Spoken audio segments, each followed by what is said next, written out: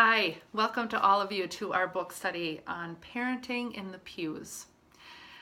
When my son was young, it was always a challenge to bring him to church. He would crawl over the chairs and on the floor and make noise and couldn't pay attention or hang with anything. And sometimes, to be honest, it just didn't seem like it was worth it to even go.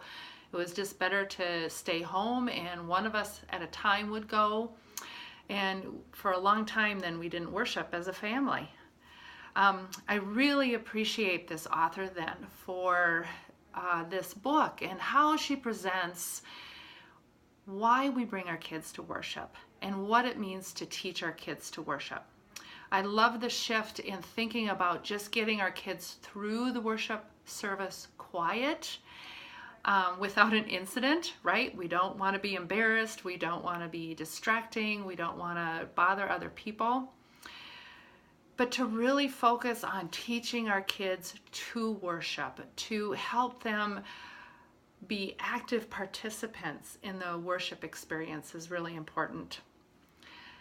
And then in the second chapter, her whole framing of worship itself was it's enlightening, and it's a different thing than I think we often think of as worship.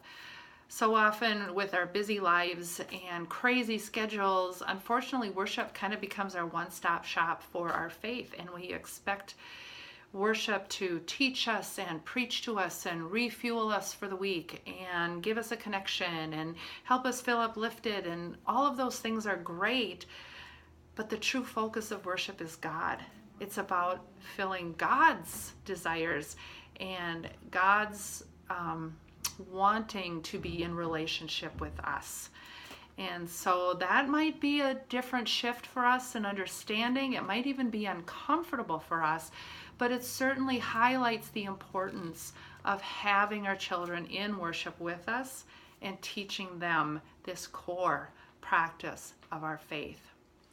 So this week, I ask you to read the first two questions, or the first two chapters of this book. And then if you're on the Facebook page, I've got some questions for reflection for you. Basically asking you to look and reflect on your own worship experience as a child, and now what it's like for you to bring your children to worship. And also for you to think about worship itself and what you think worship means, what's meaningful for you, and how has worship changed for you since you've had children.